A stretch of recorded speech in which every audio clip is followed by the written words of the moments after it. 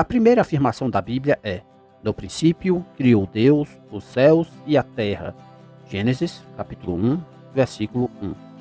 Aqui neste versículo, a Bíblia assume a existência de Deus e que ele é o Criador de todas as coisas, como podemos ver no livro de Salmos, no capítulo 89, versículo 11, que diz: Teus são os céus e tua é a terra, o mundo e a sua plenitude, tu os fundaste. Ainda no livro de Salmos, no capítulo 102, versículo 25, nós lemos: Desde a antiguidade fundaste a terra, e os céus são obra das tuas mãos. No livro de Neemias, capítulo 9, versículo 6, nós encontramos o seguinte: Só tu és Senhor, tu fizeste o céu dos céus e todo o seu exército, a terra e tudo quanto nela há, os mares e tudo quanto neles há, e tu os guardas com vida a todos, e o exército dos céus te adora. Sendo assim, podemos concluir que Deus pré-existia ao universo.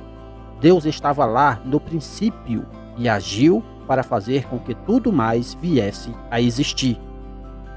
Ele criou sem precisar de uma matéria-prima pré-existente, como podemos ver lá em Hebreus capítulo 11, versículo 3. Pela fé entendemos que os mundos, pela palavra de Deus, foram criados, de maneira que aquilo que se vê não foi feito do que é aparente.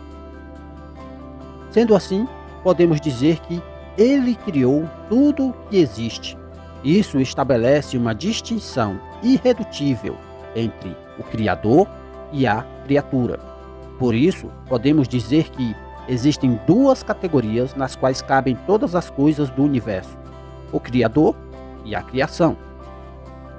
É importante lembrarmos que a informação de que Deus é o Criador de todas as coisas nos leva à curiosidade de saber quem Ele é.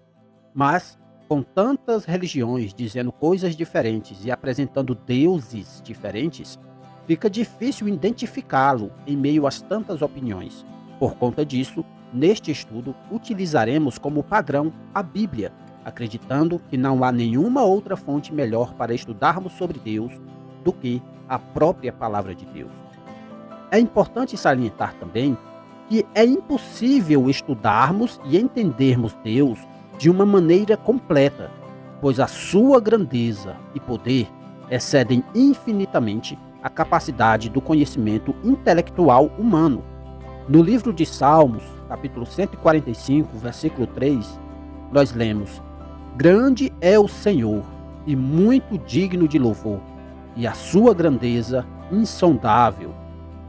No livro do profeta Isaías, nós encontramos no capítulo 40, versículo 28, o seguinte: Não sabes, não ouviste que o eterno Deus, o Senhor, o Criador dos fins da terra, nem se cansa, nem se fadiga?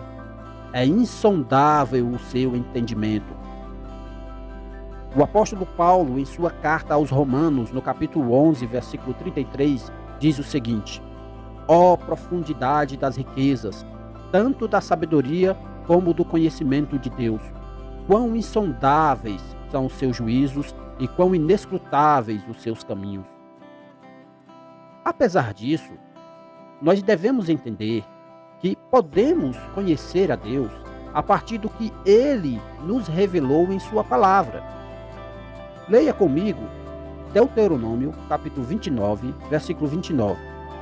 As coisas encobertas pertencem ao Senhor nosso Deus, porém as reveladas nos pertencem a nós e aos nossos filhos para sempre, para que cumpramos todas as palavras desta lei.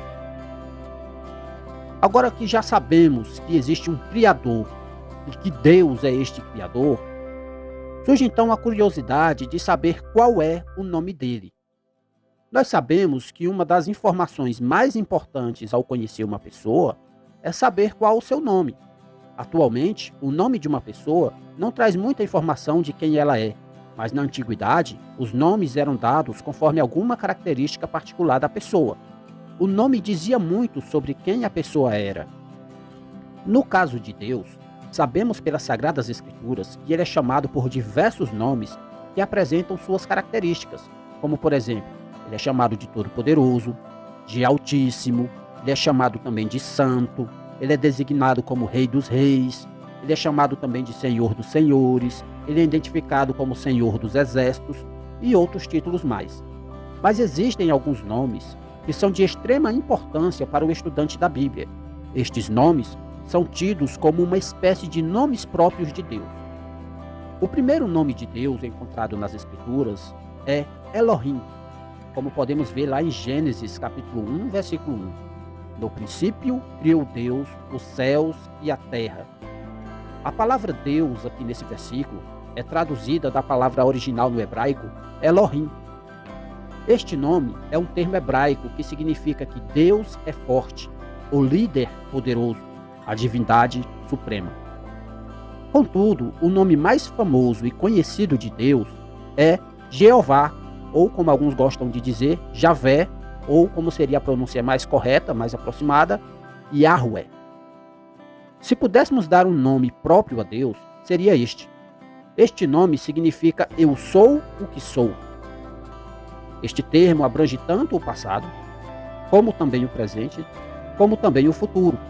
Podemos interpretar isto da seguinte forma, que Deus é aquele que sempre foi, sempre é e sempre será.